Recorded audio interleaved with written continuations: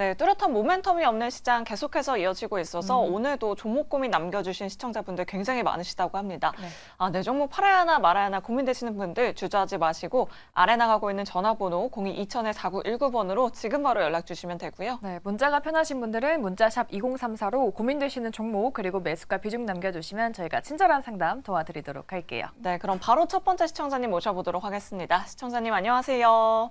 안녕하세요. 네, 반갑습니다. 안녕하세요. 네, 감사합니다. 시청자님 오늘 어떤 종목 고민되실까요? 저는요, 한국 컴퍼니.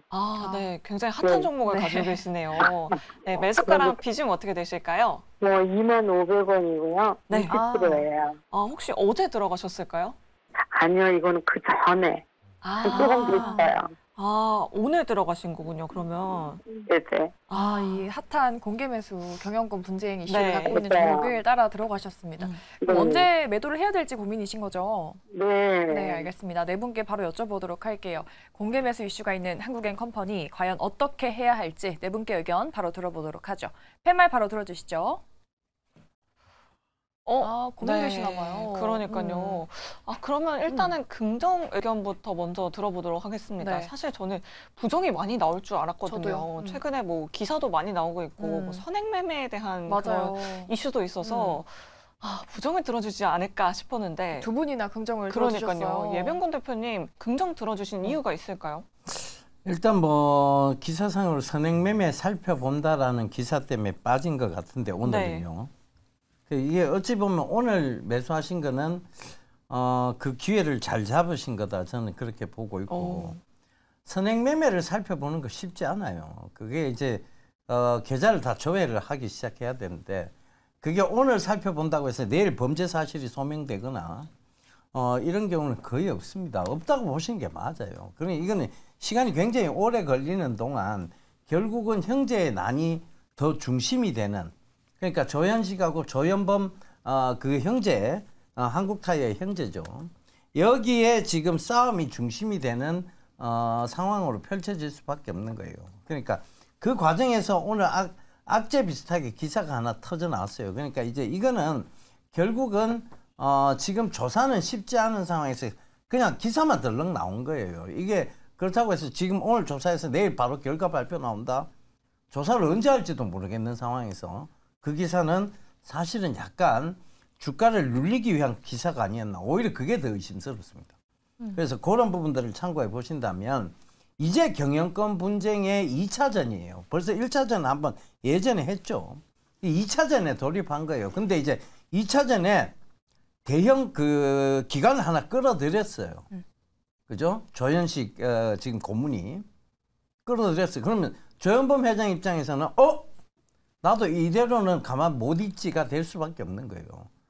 결국은 뺏기기 싫은 싸움입니다. 타이어 업황이 지금 그렇게 좋지는 않아요, 사실은. 타이어라는 게 지금 중국산 타이어들이 사실은 옛날에는 중국산 타이어가 굉장히 기술력이 떨어졌습니다. 타이어 옆부분이라고 하죠. 이걸 비드라고 부르는데 비드 부분의 기술력이 워낙 떨어져서 튜브리스를 만들었는데도 튜브리스 타이어가 뭐 휠에서 분리가 되는 등 이런 이상한 현상들이 많았어요. 근데 지금은 이 그 캠차이나 즉 중국의 국영 기업이 피렐리라는 굉장히 우수한 타이어 회사를 인수하면서 기술력이 굉장히 이제 근접해졌는 거예요. 한국에 있는 금호 타이어나 한국 타이어 기술력하고 거의 근접해졌습니다. 그러다 보니 타이어 업황이 계속 안 좋았죠. 그런데 지금 이제 경영권 분쟁은 어찌 보면 이 타이어 업황이 안 좋은 거를 다 깨고 올라올 수 있는 근거가 될 수는 있어요. 그래서 그 부분 참고해 보신다면 지금은 파실 때는 아닌 것 같고 전 고점이죠. 23,000원을 저는 23,400원 이상은 요 구간을 전고점 영역은 뚫는다고 보고 있어요. 굉장히 강하게 단기간에 올랐거든요. 그 점을 참고해 보신다면 조금 더 들고 하시는 전략이 맞지 않느냐. 저는 2만 원 부근 오면 이건 매수 관점으로 봐야 된다 이렇게 보고 있습니다. 네. 오히려 2만 원대에서는 매수도 가능하다라는 의견을 말씀해 주셨어요. 네. 조금 더 들고 가신다면 수익이 나지 않을까 그런 생각도 드는데 네. 사실 또 이해할 점도 있잖아요. 맞아요. 부정 의견을 가장 먼저 또 들어주신 정태근 이사님께 한번 여쭤보도록 하겠습니다. 우리 천호님 지금이라도 좀 매도를 하고 다른 종목으로 갈아타는 게 나을까요? 일단은 저는 하나 말씀드리고 싶은 게 정말 용감하다라는 말씀을 드리고 싶네요. 네. 지금 자리에서 이렇게 매수를 과감하게 들어가신다는 게 이 정도 되면은 정말 확신은 정보가 아니면은 이 자리에 들어갈 수 있을까라는 그런 물음표가 좀 생기거든요. 그리고 그 이전에 중요한 건 이게 보시면 아시겠지만 차트를 보시면 아시겠지만 10월 27일부터 보게 되면 이때부터 일단은 주가가 올라가고 있었다고 봐야 되거든요. 그리고 나서 어찌 보면 오늘 갭 발생되고 오늘이 아니죠. 어제 같은 경우 갭이 발생되고 상한가가 나오게 되면서 상승의 끝자락일 가능성도 좀 염두에 둬야 되지 않나라는 생각이 들어요. 그렇기 때문에 모르겠어요. 지금 들어가서 내일이나 모레 팔고 나오는 전략으로 이제 예병군 전문가님 말씀하신 전략으로 하게 된다라면은 저는 거기에 동의입니다. 동의인데 부정을 든 이유는 지금 자리에서는 적극적으로 매수하기는 위험하기 때문에 부정을 드렸다 보시면 될 것 같아요. 그리고 어찌 보면은 또 이제 만약에 형제 나누려 해가지고 형제 나누는 게 지분 싸움이 결국에는 M&A 이슈거든요.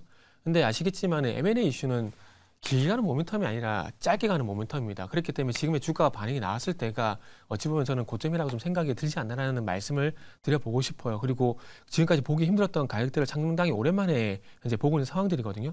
그렇기 때문에 이게 2020년도, 2021년도부터 물려있던 가격들이 지금 기회를 이용해서 버티기보다는 이 물량들이 나오지 않을까라는 생각이 들어요. 그렇기 때문에 지금 자리는 저는 개인적으로 상당히 부담이 된다고 보고 있거든요.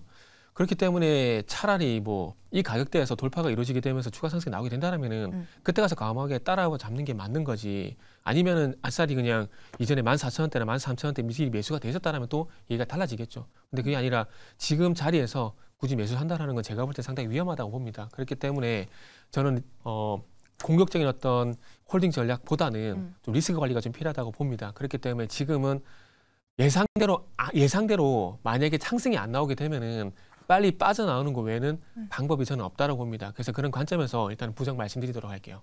네, 그렇죠. 뭐 아무래도 경영권 분쟁, 뭐 선행매매 의혹이라든지 그런 여러 가지 키워드가 있는 종목이기 때문에 리스크 관리는 필요하다라는 관점 말씀드려봤으니까요.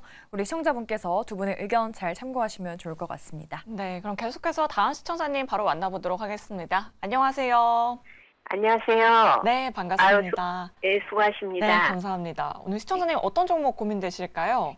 갤럭시아 SM인데요. 네. 지금 수익권인데 좀 길게 가져가도 될지. 네. 매수가랑 네. 비중은 어떻게 되실까요? 3,100원에 30%인데 좀 길게 가져가도 될지. 네. 안 그러면 미드 시점을 어느 쯤에 해야 될지 그게 고민돼서 했습니다. 네, 우리 시청자분 최근에 또 핫한 STO 관련주를 또 잘 들어가셨고 비중도 좀 꽤 갖고 계셔서 행복한 고민을 또 하고 계신 것 같습니다. 네, 우리 시청자님 혹시 그날 상한가 간 날에 매수하신 거죠? 네. 그 전에 해갖고 상한가를 받았어요. 좋습니다. 네 분께 바로 여쭤보도록 할게요. 갤럭시아 SM 과연 더 들고 가면 될까요? 네 분 팻말 바로 들어주시죠. 부정으로 바꾸셨고요. 중립한 분 그리고 긍정 두 분 주셨습니다. 그럼 일단 긍정부터 들어볼까요? 네. 이성우 이사님 긍정 남겨주셨거든요. 근데 사실 지금 시간의 거래에서는 하락세를 보여주고 있긴 해요. 갤럭시아 SM 우리 시청자님 조금 더 가져가면 수익 보실 수 있을까요? 지금은 주가 변동성은 커질 수 있고 매수 단가 같은 경우가 여기에서 뭐 변동성이 커진다 하면은 비슷한 가격 수익이 줄어들 수는 있어요. 그런데 큰 그림으로 우선은 봅니다. 저는 업종이나 종목을 볼 때 이게 주도 업종의 형태를 갖출 수 있는 쪽은 보통 성장 업종이 연 20% 이상의 성장을 나타낼 때 여기서 이제 도입기에서 성장기로 가는 구간에서 종목들의 시세가 강한 경향이 있습니다. 그런데 우리가 STO 시장 같은 경우가 올해 기준으로 이제 2030년도까지 놓고 봤을 때 한 10배 정도 성장할 수 있는 시장이고 2026년 기준으로 봤을 때는 전체 GDP 한 3에서 5% 정도를 차지할 만큼 볼륨이 큰 시장입니다. 우리나라 같은 경우는 규제가 두 가지 남아 있기는 합니다. 뭐 자본시장법과 디지털 자산법 같은 경우가 여기에서 좀 통과가 돼야지 본격적으로 뭐 거래소 같은 경우에서도 거래가 될 수 있고 하는 좀 허들이 남아 있기는 한데 이 부분 같은 경우는 시범 운영으로 지금 제도 개편을 할 수 있는 가능성을 열어뒀기 때문에 종목들의 시세가 빠르기는 했지만은 장기적인 측면에서 이게 시장이 좀 커질 수밖에 없는 시장이라는 판단하에 저는 긍정의 의견을 말씀드리게 되었습니다. 네, 긍정 의견 들어봤지만 또 부정과 중립이 있잖아요. 네. 네, 중립에서 부정으로도 들어주신 분이 또 계시고 또 처음부터 중립인 분이 계셨는데 우리 정재훈 대표님은 어떤 의견이신지 지금 뭐 수익권이시긴 하잖아요. 비중도 좀 있으시고 뭐 지금 수익 실현을 좀 해봐야 될까요? 추가적인 상승 시도는 좀 나올 수가 있을 것 같아요. 뭐 STO 시장이 개화가 되면서 이제 얼마만큼 성장을 하느냐가 좀 관건이 될 것 같은데 기술적인 흐름상으로 봐도 추가적인 상승은 좀 나올 수 있지 않을까라고 좀 생각을 하는데 한 가지 걸리는 부분들은 아까 이제 여쭤보셨을 때 네. 길게 가져갈 수가 있겠느냐라는 거를 물어보셨어요. 이거는 길게 가는 것보다는 기술적으로 좀 대응을 하는 게 맞지 않나라고 좀 생각을 하고 있거든요. 추가적인 상승은 좀 나올 수가 있을 거고 올해 형성돼 있었던 고점 자리대의 돌파 시도는 좀 나올 수가 있어 보입니다. 근데 이제 이거를 계속 중장기적으로 끌고 간다라고 하는 거는 추이에 대한 부분들, 사업적인 그런 부분들까지도 계속 봐야 되는 그런 부분들이기 때문에 차라리 뭐 추가적인 상승 시도가 좀 나오게 되면 올해 고점 자리대죠. 한 4,200원 그 정도 때까지 흐름들이 좀 나오게 되면 일부는 좀 챙겨놓고 나머지만 좀 끌고 가보는 그런 전략이 좀 좋지 않을까라는 생각에 중립을 들었습니다. 네, 알겠습니다. 이렇게 두 분의 의견 잘 참고해 보면서 투자 판단에 많은 도움 되시길 바라겠습니다. 네, 갤럭시와 SM 도와드렸고요. 다음 시청자분도 바로 만나보도록 할게요. 시청자님 안녕하세요. 네, 안녕하세요. 네, 반갑습니다. 우리 시청자님 어떤 종목 고민되실까요? 네, 영풍재지요. 아, 영풍재지 매수가랑 비중 어떻게 되실까요? 예, 4,380원에 5%요. 추가 매수해도 되는지요? 4,000원대에 들어가셨고요. 추가 매수가 궁금하셔서 연락을 주셨습니다. 그러면 그 이슈가 나온 이후에 매수를 하신 건가요, 시청자님?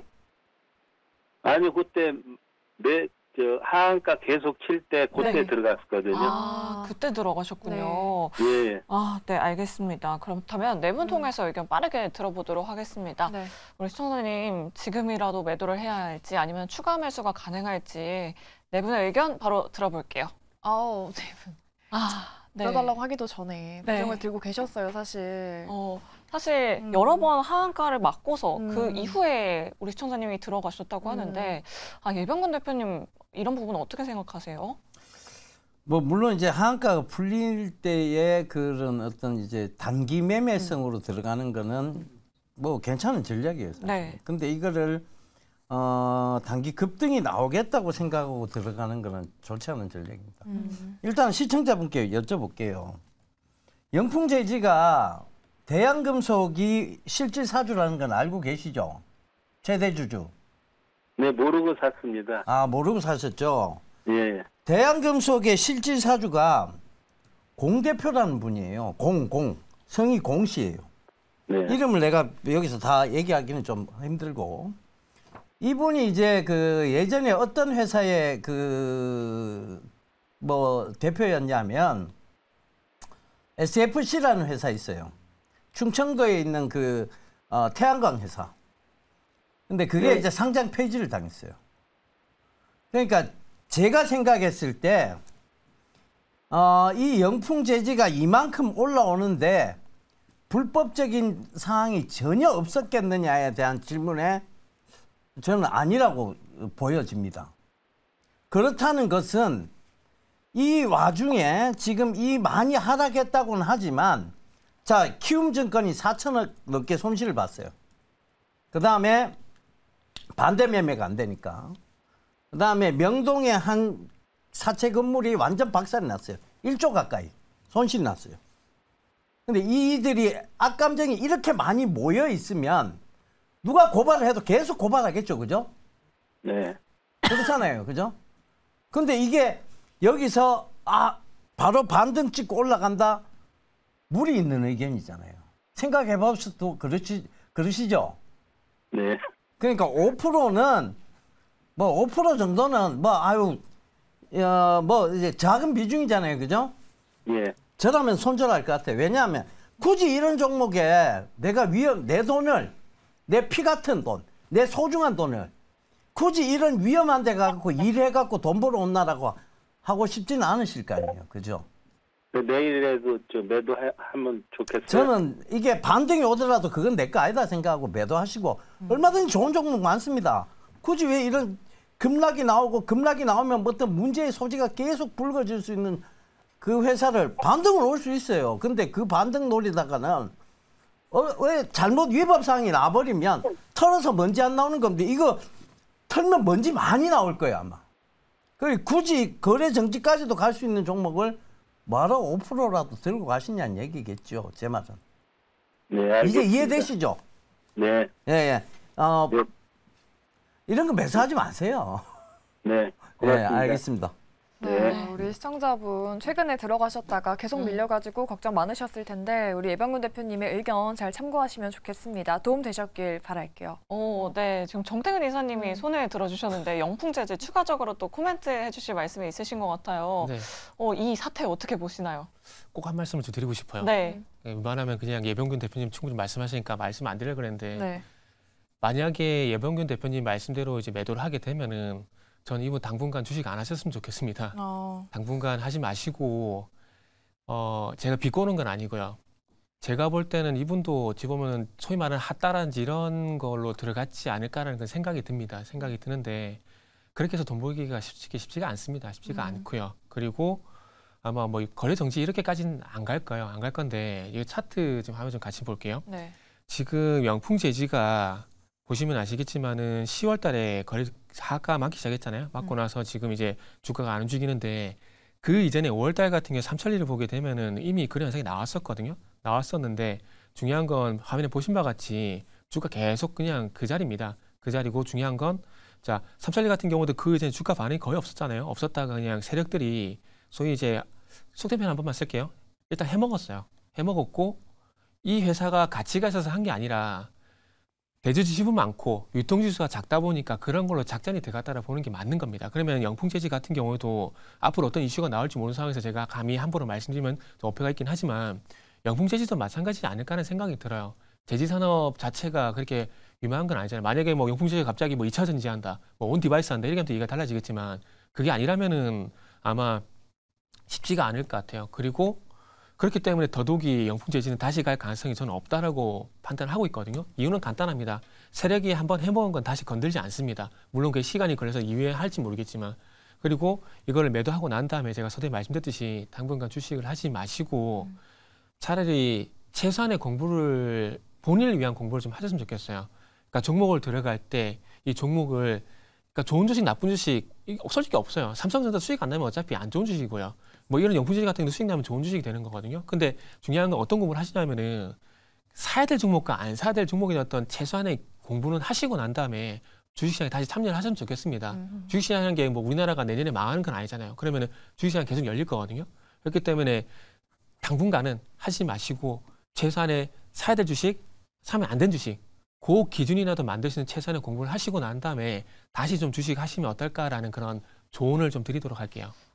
네. 영풍재지 뭐 100개가 넘는 계좌로 주가가 14배 넘게 뛰었다고 하는데 부디 이 사태가 좀 긍정적으로 잘 해결되면 맞아요. 참 좋을 것 같네요. 네. 이렇게 종목 고민 있으신 분들 주저하지 마시고 저희한테 연락 주시면 됩니다. 전화번호 02-2000-4919번이고요. 문자 메시지 샵 2034로 종목명, 매수가, 비중 보내주셔도 네 분의 전문가분들이 냉철하고 또 꼼꼼하게 상담 도와드리도록 하겠습니다. 네, 그럼 저희 다음 상담은 문자로 한번 넘어가 보도록 할게요. 2146님께서 보내주셨는데 셀트리온 헬스케어를 매수하셨습니다. 네.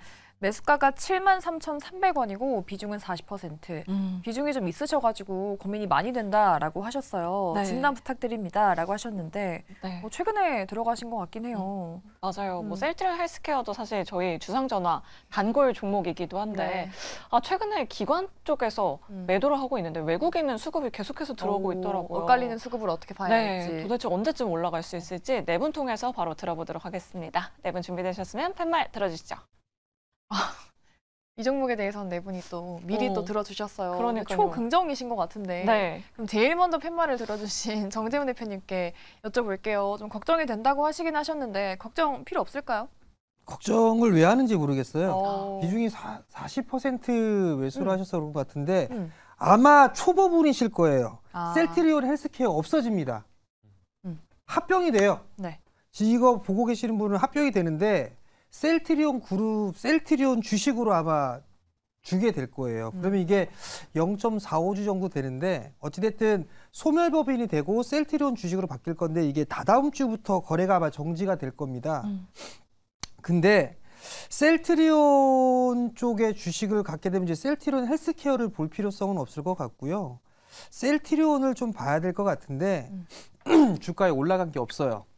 서정진 회장이 이 합병에 대한 얘기를 나오면서 주주간담회라든가 향후에 대한 계획이라든가 이런 부분들을 아마 찾아보셨는지는 모르겠는데 서정진 회장이 상당히 공격적인 성향이 좀 있으신 분이에요.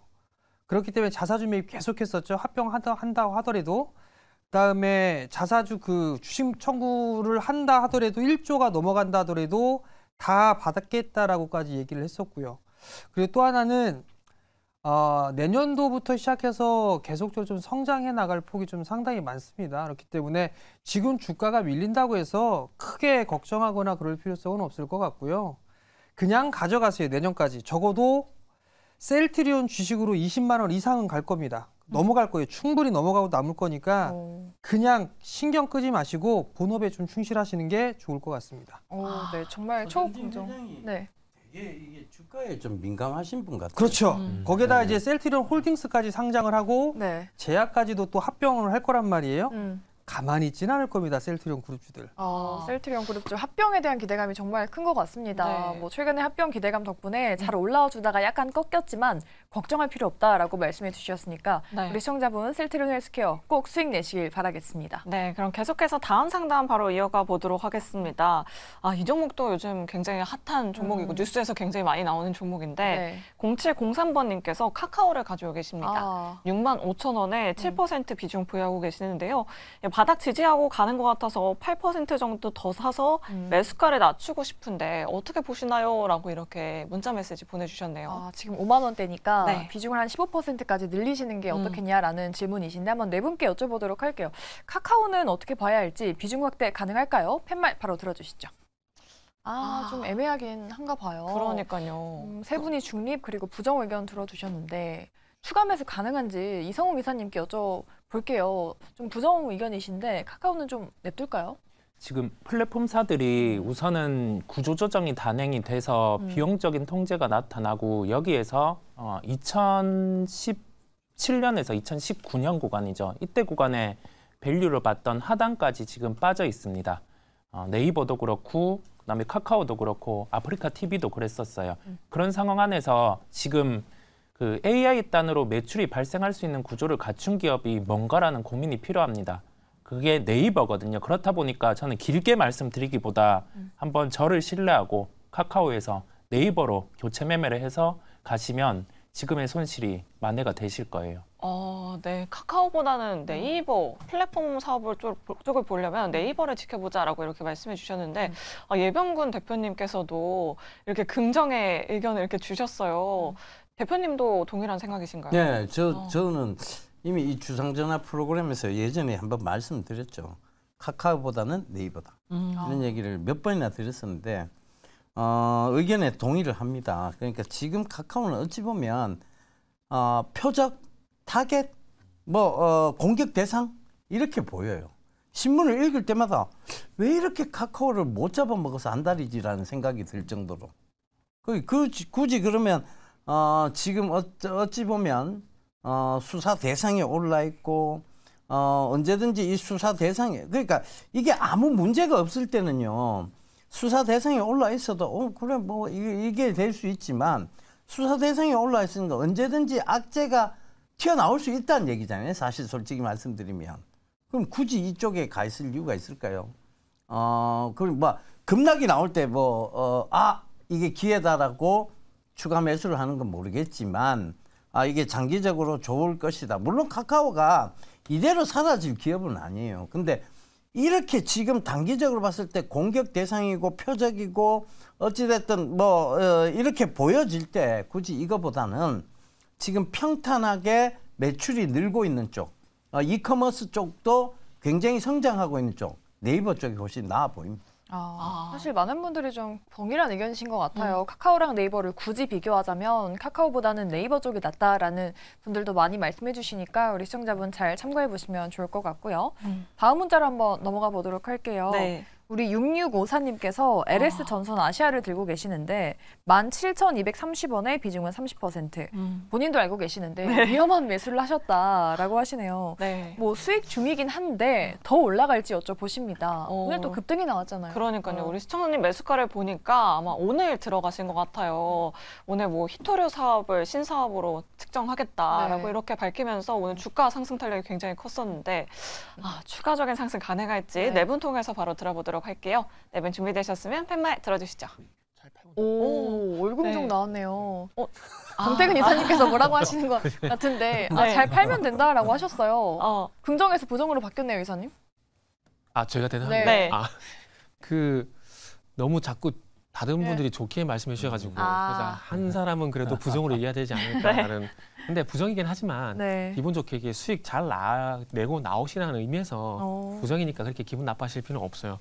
그리고 이게 제가 하고 싶었던 이유가 뭐냐면 이게 9월 달인가요? 그때 LS 전선 아시아를 제가 상담이 왔었는데 되게 디스하게 되면서 안 좋게 말씀드렸거든요. 그래가지고 예측이 틀려버렸어요. 그래가지고 이번에는 조금 이제 그때 틀렸기 때문에 이제 도움 좀 됐으면 하는 판단에 좀 이제 제가 하고 싶었습니다. 솔직히 하고 싶었는데 요거는 이제 잘 팔고 나올 거기 때문에 차트적인 부분만 말씀드릴게요. 요게 이제 최근에 흐름을 보시면은 패턴이 어찌 보면 눈에 보인다라고 볼 수 있을 것 같아요. 뭐 어떤 말씀이냐면은 거래량입니다. 거래량. 이게 상승할 때 거래량하고 하락할 때 거래량이 극명하게 차이가 나거든요. 그런데 지금 보시면은 이게 거래량이 실리면서 올라간 종목들은 거래량이 계속 증가해야 된다는 그런 아킬레스건이 있습니다. 그런데 지금 보시면 아시겠지만 5일선 추세가 유지가 되고 있긴 하지만 오늘 이제 양봉이 나왔지만 오늘 거래량이 지금 11월 30일 거래량보다 좀 작은 상황이거든요. 그렇기 때문에 양봉이 계속해서 나온다고 하더라도 거래량이 좀 줄어들게 되면은 아마 조금 주춤해지는 구간이 분명히 올 거라고 봅니다. 그리고 요 종목은 5일선 일단 잘 지켜주고 있는데 너무나 당연한 얘기지만 5일선 이탈하게 되면 바로 팔아야 되는 종목이라는 말씀을 드릴게요. 월요일날 말씀드렸던 콘텐트리 중앙 같은 경우도 이제 조심하라고 좀 말씀을 드렸던 기억이 있는데 콘텐트 중앙 같은 경우도 보시면 아시겠지만 5일선 이탈하게 되면은 바로 이제 하락이거든요. 그리고 최근에 두산 로보틱스 또 마찬가지입니다. 이게 5일선 추세 종목이거든요. 5일선 추세 이탈하고 난 다음에 오늘 반등 시도가 나오긴 했지만은 상승 추세가 멈춰버렸잖아요. 그래서 이런 종목들 많거든요. 그래서 저희한테 이제 의뢰를 해주신 것도 좋지만은 저희보다는 이게 솔직히 이게 더 정확합니다. 최근에 5일선 타는 종목들이 어떤 현상이 있었는지 그게 솔직히 더 정확하거든요. 그렇기 때문에 최근에 뭐 콘텐트리 중앙, 두산 로보틱스 같이 5일선을 계속 타갔던 종목들이 좋은 예인데 LS전선 아시아도 마찬가지로 5일선이 추세이기 때문에 요 종목도 참고하셔가지고 딴 거 없어요. 가격 잡을 필요 없고 5일선 이탈한 종가상 이탈한 흐름이 나오게 되면은 이제 다 왔구나라고 생각하시고 그때쯤에는 지금 의뢰를 하신 것처럼 기분 좋게 수익 내고 나오셨으면 좋겠다라고 말씀드릴게요. 부정 팻말이긴 하지만 그래도 결국은 긍정이네요. 우리 시청자분 이미 수익 중이시지만 뭐 위험한 매수를 하셨다라고 하지만 수익 중이시니까 더 수익 극대화하시길 꼭 바라보도록 할게요. 네, 그럼 한 번만 더 들어보도록 하겠습니다. 최근에 LS 그룹주들이 정말 많은 관심을 받고 있고 오늘 특히나 뜨겁게 상승을 해서 뭐 해적 케이블, 히토류 사업을 신사업으로 추진하겠다라고 이렇게 밝혔는데 과연 이런 부분 또 주가에 긍정적일 수 있을지 정재현 대표님 통해서 들어볼게요. 일단은 뭐 가봐야 아는 거고요. 일단 자회사 상장에 대한 이슈 때문에 지금 주가가 움직이는 그런 상황들이거든요. 이게 아마 다음 주에 상장을 할 거예요. 네, 12일. 네, 차트를 보시게 되면 SY라는 기업이거든요. 이 왼쪽은. 오른쪽은 자회사인 SY 스틸텍이 상장을 했어요. 거의 상장하는 날 고점을 맞는다라는 걸 좀 기억을 하셨으면 좋겠거든요. 또 하나를 보게 되면 이 차트는 필 옵틱스라는 차트예요. 그리고 왼쪽에 있는 건 필 에너지라는 차트거든요. 마찬가지로 상장을 했을 때 당시가 거의 고점이에요. 그러니까 드리고 싶은 말은 상장을 하는 날 혹은 전날 그때는 꼭 분할로 챙겨가면서 보시기를 권해드리고 싶습니다. 네, 그럼 상장 전까지는 주가가 조금 더 상승할 가능성 여력이 있는 걸까요? 추가적인 상승은 좀 나오지 않을까 싶고요. 일단 뭐 그냥 기술적으로 봐도 2만 원 돌파 시도는 한 번쯤 나오지 않을까 그렇게 좀 생각을 하고 있습니다. 네, 알겠습니다. LS전선 아시아에 대한 두 분의 꼼꼼한 의견 잘 참고해 보도록 하면 좋을 것 같고요. 저희 다음 상담으로 바로 넘어가 보도록 할게요. 시청자님 안녕하세요. 네, 감사합니다. 네, 감사합니다. 우리 시청자님 어떤 종목 고민되실까요? 오늘 이상한 그 T로보틱스 네, 예, T로보틱스. 오늘 막 무슨 경영권 분쟁에 대해서 좀 알고 있고요. 네, 혹시 매수가랑 비중 어떻게 되실까요, 시청자님? 매수 현재는 20%가 23,500원 되거든요. 20% 23,500원. 네. 예. 최근에 그것도 오늘 떨어지셨나 봐요. 오늘 15%에서 10% 샀다가 5% 팔아가지고 그래 된 겁니다. 네.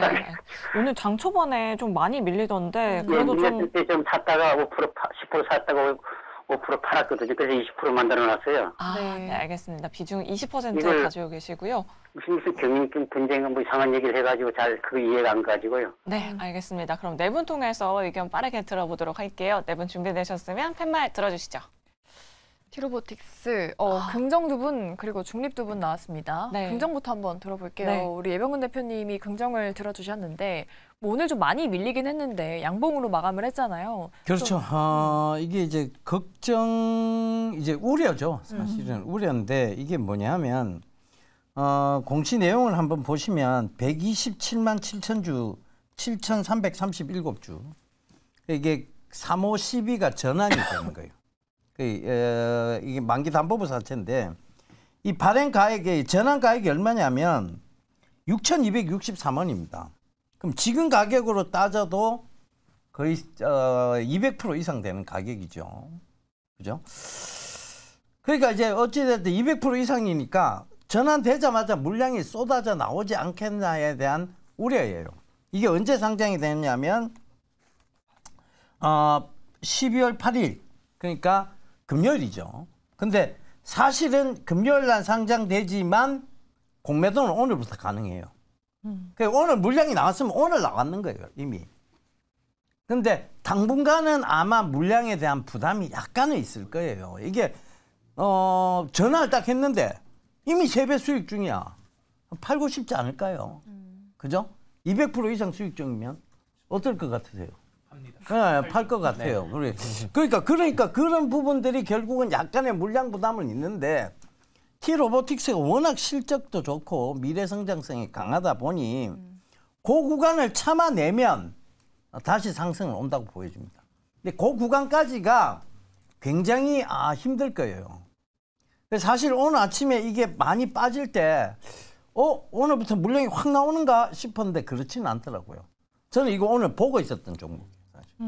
그러니까 원래 관심이 또 많았던 종목이고 추가 상장 된다고 얘기 나왔을 때는 시청자분이 이건 조금 피해 있다가 왜냐하면 이건 소나기거든요. 소나기는 피하는 게 뭐 답이잖아요. 그죠? 굳이 내 옷을 적실 이유는 없잖아요.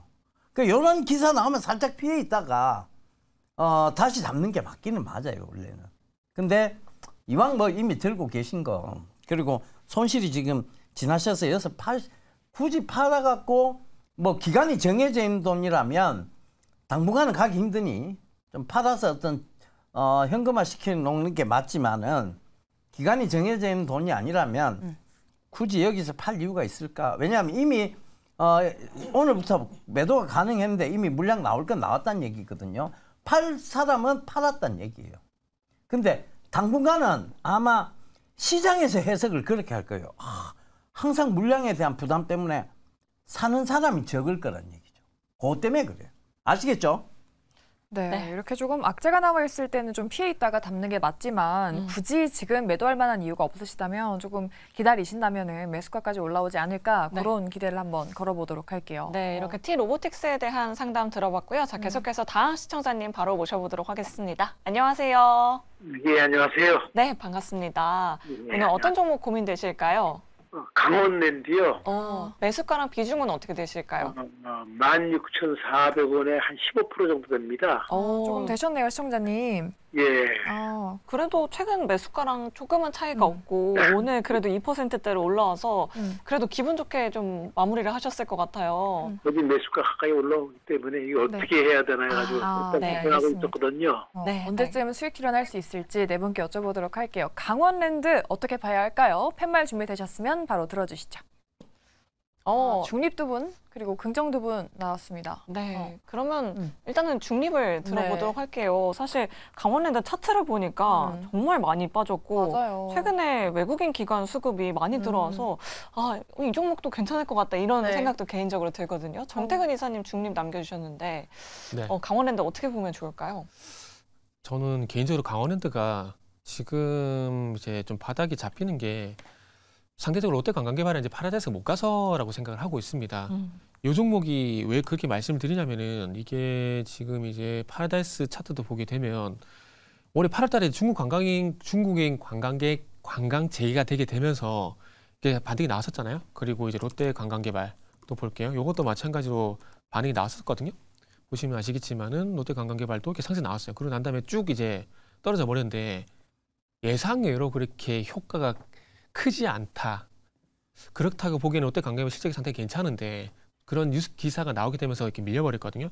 그러다 보니까 반대급부적으로 이제 강원랜드 쪽이 제가 볼 때는 이렇게 좀 바닥 잡고 만약에 반등이 나온다고 봅니다. 그런데 중요한 건 결국 이 사행성 게임에 대한 어떤 이게 뭐라 해야 될까요? 이게 흥행이라고 하면 좀 어폐가 좀 있는데 하여튼 이쪽으로 이렇게 이제 관광 이런 부분을 통해서 좀 활성화된다는 얘기가 나와줘야 이제 강원랜드가 가게 되는 건데 내국인 카지노잖아요.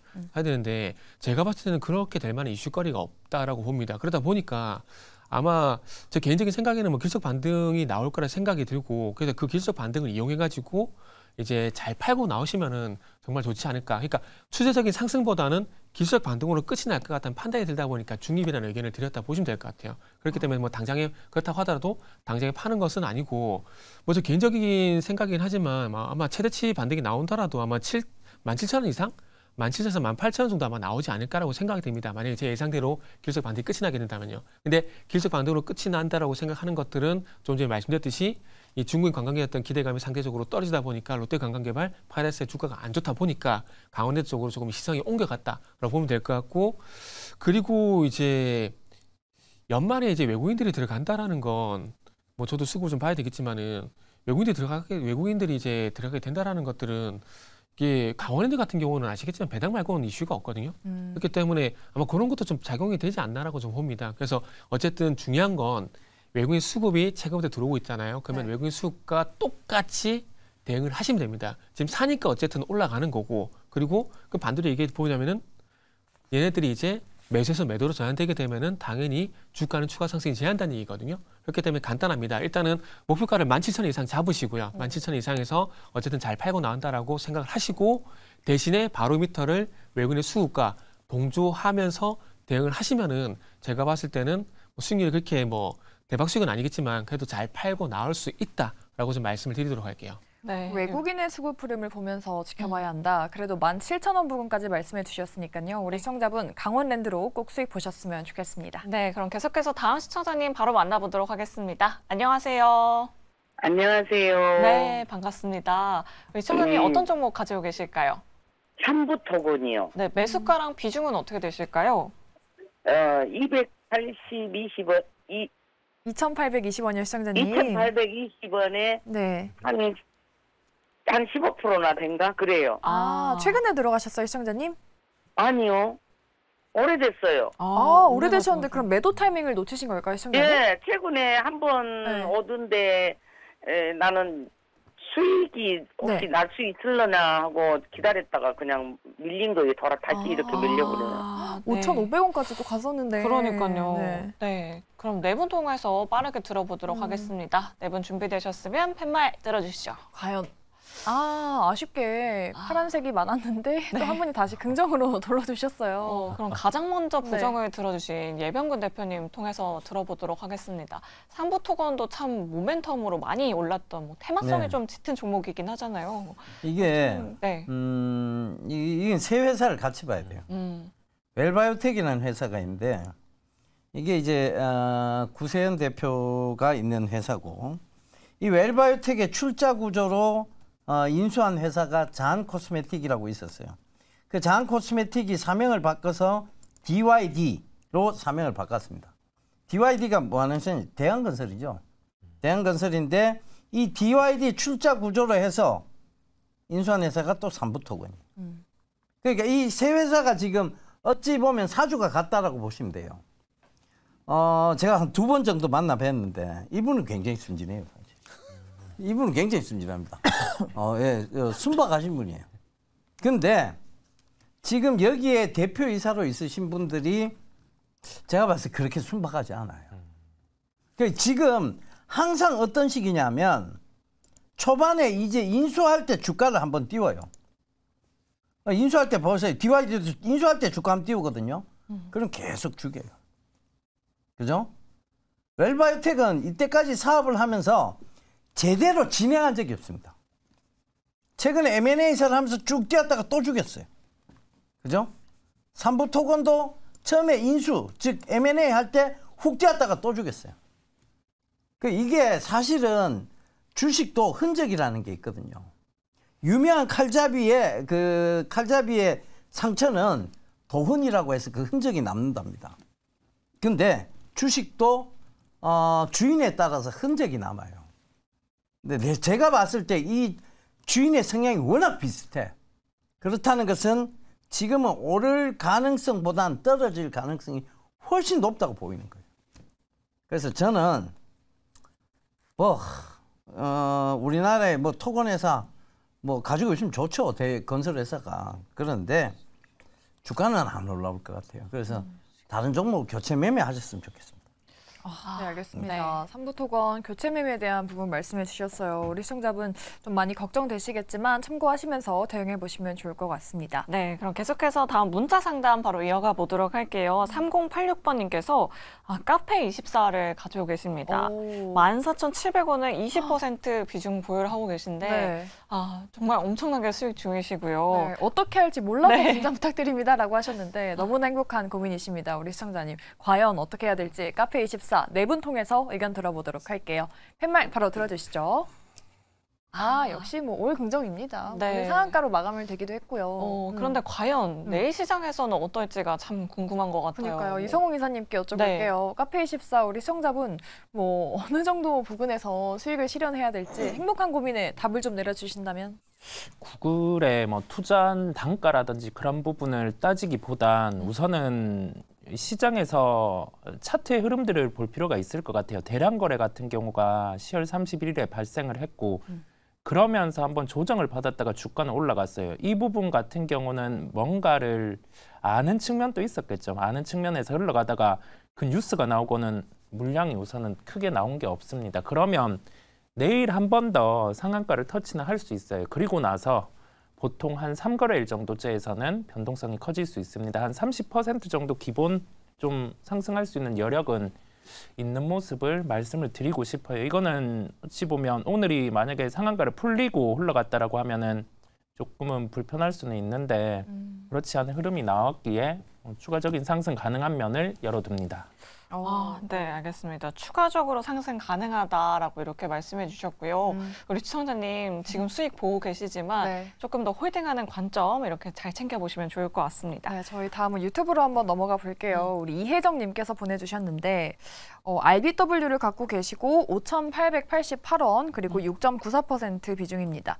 언제쯤이나 제 단가에 올까요? 지금 물타기도 될까요? 라고 여쭤보시네요. 네, 우리 시청자님 굉장히 오랫동안 가지고 계셨던 것 같은데 그래도 오늘 엔터주들이 조금 올라오면서 맞아요. 오늘 거의 7%대 가까이 상승했습니다. 과연 내일 시장에서도 이 상승 탄력 가능할지 네 분 통해서 바로 여쭤보도록 할게요. 네 분 준비되셨으면 팻말 들어주시죠. 애매하네요. 중립 3분 그리고 부정 1분을 들어주셨는데 그러면 정재훈 대표님께 여쭤볼게요. 중립이라고 들어주셨는데 뭐 단가 근처까지는 올 수 있을까요?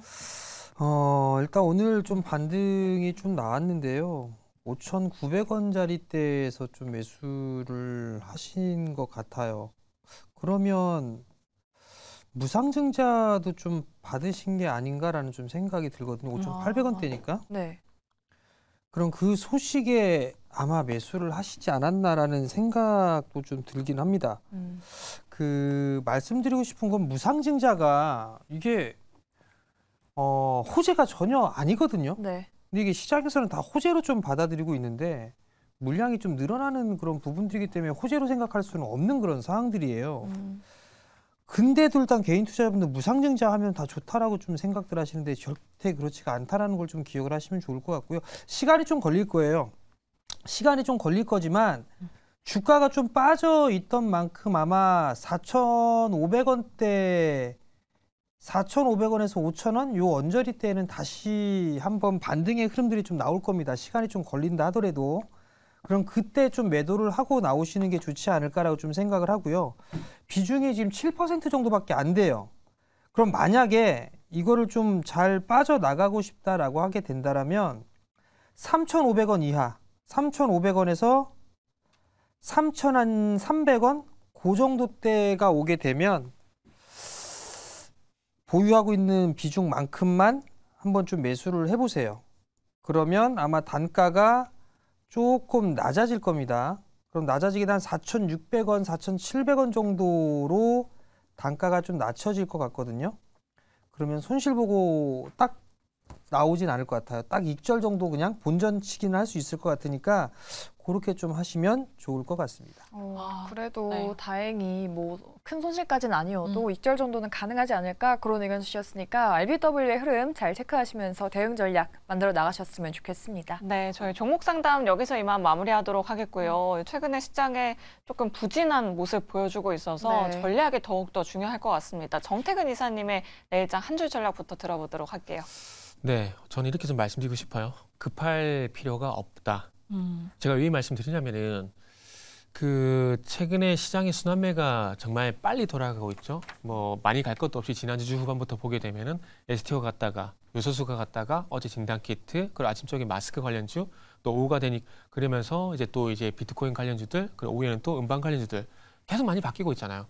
근데 이런 종목들이 보게 되면은 이제 오늘 이제 엔터 쪽 같은 경우도 와이젠타가 25% 급등 나오고 그 다음에 오늘 뭐 카페24가 상한가 나오게 되고 막 컴퓨터솔딩스가 29% 급등 나오고 이렇게 하다 보면은 상대적으로 이제 불안할 수가 있거든요. 상대적 박탈감 느낄 수 있는 시장이라는 거죠. 이런 것들만 자꾸 보이게 되니까. 근데 그런 것들을 생각을 안 했었으면 좋겠습니다. 어차피 내 게 아니라고 하면 그만이고요. 그리고 만약에 제가 본인이 가지고 있는 종목들이 안정적으로 우상향이 되고 있다라면은 차라리 거기를 만족하시는 게 저는 맞다라고 봅니다. 내가 하지 못하는 걸 하려고 그러면은 그게 욕심이 되고 결국 이제 계좌를 갉아먹는 그 요인들로 작용이 되거든요. 그렇기 때문에 급하게 마음 가지 지금 시장에서는 순환매가 빠릅니다. 순환매가 빠르고 있는 것들은 그냥 빠르구나 생각을 하시고 추세가 좋은 종목들 갖고 계시다라면은 그 종목들 중심으로 해서 그냥 포트 잘 짜셔가지고 잘 가져가시면은 수익 충분히 나니까 그게 내 거라고 생각하게 되면은 충분히 시장에서 이제 만족할 수 있는 부분들이 있기 때문에 그런 식으로 좀 매매를 했으면 좋겠다는 말씀을 드리도록 할게요. 그렇죠. 뭐 개별주가 좀 급등이 나오고 있기 때문에 조금 마음을 차분하게 가져가 보자라고 말씀해 주셨는데 그러면 정재훈 대표님은 내일장 어떻게 보시는지 대응 전략 좀 어떻게 짜볼까요? 예, 일단 뭐 조정시 매수인데요. 지난주에도 아마 똑같이 말씀을 좀 드렸을 거예요. 상방은 여전히 막혀 있습니다. 상방은 막혀 있지만 크게 빠질 자리대도 없어요. 그렇기 때문에 좀 조정을 받았으면 좋겠다라고 좀 말씀을 드렸는데 아무래도 다음 주가 이제 동시만기주예요.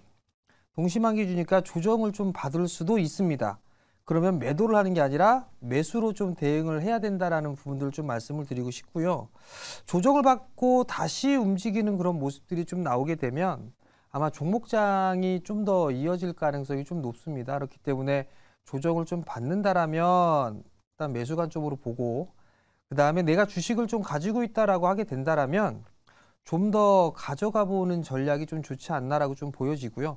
만약에 내일 목요일 금요일 날 지수가 다시 치고 올라가요. 그래서 만약에 2,520막 넘어가고 막 그런 모습들을 좀 보이게 된다라면 좀 많이 올라갔다 싶으면 일부 좀 챙기세요. 일부 좀 챙겨놓고 다음 주에 조정받으면 다시 매수를 한다라고 좀 생각을 하시면 좋을 것 같고요. 만약에 내가 물려 있어요. 종목이 물려 있으면 일단 버티세요. 버티고 난 다음에 조정을 받았을 때는 다음 주 구간에 추가 매수 타이밍을 좀 잡아보는 그런 전략이 좀 좋지 않나라고 좀 보여지고요. 아마 2차 전지 고민 되게 많으실 거예요. 2차 전지 손실을 보고 계시다. 좀 더 가져가시고 많이 빠진다. 추가 매수까지 하시면 아마 며칠 전에 형성돼 있던 그 고점 돌파 실은 다시 나올 겁니다. 그때 조금씩 챙겨나가는 전략까지 말씀드리겠습니다. 네. 특별하게 또 2차 전지 가지고 계신 분들 다음 주에 혹시라도 조정이 나온다면 추가 매수하는 방법도 고려해보자라고 이렇게 말씀해 주셨습니다. 네. 자, 그렇다면 다음으로는 예병군 대표님의 한 줄 전략 들어보도록 할게요. 예, 저는 개별주보다는 이제 중대형주에 조금 관심을 가져보자 이렇게 얘기를 드리겠습니다. 연말 즉 12월 달이 되면 늘 이제 나오는 얘기가 있죠. 대주주 양도세에 대한 이슈 이런 얘기들이 계속 나옵니다. 사실 양도세까지 내가면서 주식을 해야 되나 라는 생각이 들겠죠. 대주주 입장에서는. 좀 뭐 저도 어떤 종목에서는 대주주의 입장인데 그렇게 따지면 내가 이걸 양도세를 내면서까지 주식해야 돼 이 생각을 하거든요. 그들이 매도를 하다 보니 아무래도 주식이 중소형 개별주들은 좀 하락하는 경향이 좀 짙고 그다음에 이제 중대형주들은 배당이 있잖아요. 배당 관련해서 배당 관련주들이 이제 조금 올라오는 그런 성향이 지난 게 12월입니다. 물론 모든 이런 주식의 어떤 법칙들이 천편일률적으로 적용되는 건 아니에요. 하지만 보편타당한 진리는 있거든요. 우리가 이제 주식 방송이라는 건 그런 보편타당한 진리를 찾아가는 거고 그 진리 속에서 어떤 법칙을 발견해내는 거거든요. 그 관점에서 보면 지금은 중소형 개별주보다는 중대형주에 조금 관심을 기울일 때다. 이렇게 말씀을 드리겠습니다. 네, 찬바람이 또 불고 있기 때문에 배당 모멘텀도 관심 가져봐도 괜찮겠다라고 말씀해 주셨고 정재훈 대표님은 개별주 그리고 예병군 대표님은 개별주보다는 중대형주 쪽도 괜찮을 것 같다라고 또 말씀해 주셨어요. 네, 그러면 어떤 섹터를 봐야 할지도 궁금해요. 중대형주 내에서 뭐 반도체도 있고 2차 전지도 있잖아요. 어떤 sek터 좀 눈여겨보고 계세요? 그렇죠. 시장에서 지금 가장 핫한 게 결국은 반도체 쪽이죠. 반도체 쪽도 있고 2차 전지, 그 다음에 이게 그 연말에 과연 배당을 많이 줄 수 있는 것들을 지금 배당 얘기들 나오는 거 보면 거의 반도체 쪽이에요. 그리고 2차 전지 쪽 얘기, 2차 전지도 배당 관련한 얘기들이 많이 나오고 있거든요. 그러니까 결국은 이런 쪽에 중심을 더 두시는 게 맞을 것 같다는 거죠. 그러니까 뭐 개별주들은 사실 이익이 나도 배당 잘 안 합니다. 그러니까 그런 부분들 참고해 보시면 중대형주에서 답을 좀 찾아가셨으면 좋겠어요. 네. 최근 시장에서 뭐 배당을 확대하는 기업들도 참 많고 뭐 주주 친화적인 정책을 펼치고 있는 기업들이 참 많은데 그런 기업들 위주로 좀 옥석 가리기를 잘 해보자라고 이렇게 말씀해 주셨습니다. 네. 자, 그렇다면 마지막으로 이성웅 이사님의 한 줄 전략도 들어보도록 할게요.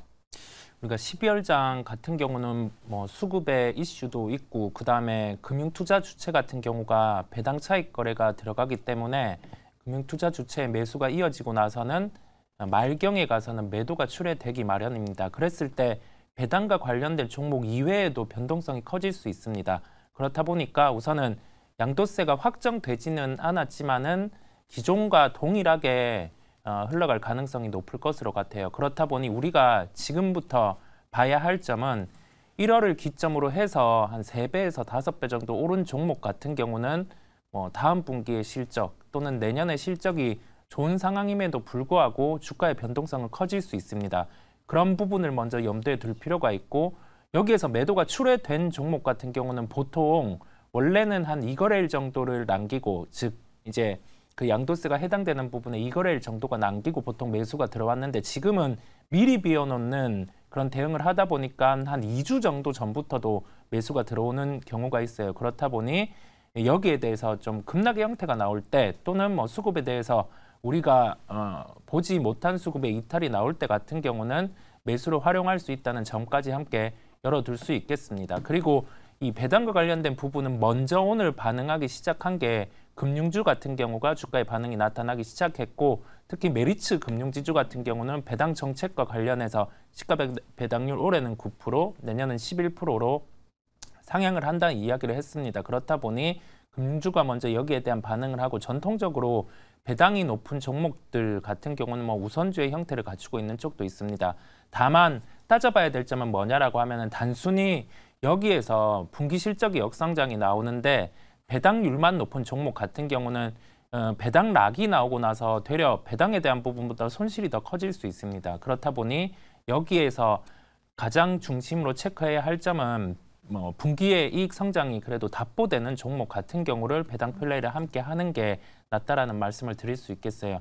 시장은 전반적으로 추세는 아직 유지를 하고 있습니다. 그런데 대형주 같은 경우는 여기에서 목이 차 있는 상황이고 내년에 실적이 답보되는 쪽 같은 경우가 상대적으로 종목들이 강해요. 대형주들 중에서도. 그리고 중형주단보다는 소형주 같은 경우가 아직 상승하지 못한 지수단의 버퍼가 남아 있습니다. 그렇다 보니 신규주가 강했던 거고 여기에 연결해서 지금 바라볼 거는 내년에 실적이 답보되는 종목들 쪽으로 준비해서 12월 시장을 대응하시면 좋은 결과가 있으실 겁니다.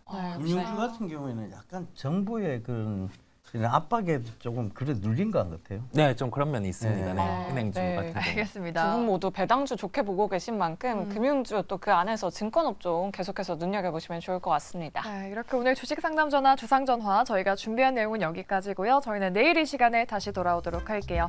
오늘 방송 끝까지 시청해주신 여러분 고맙습니다. 여러분 안녕히 계세요.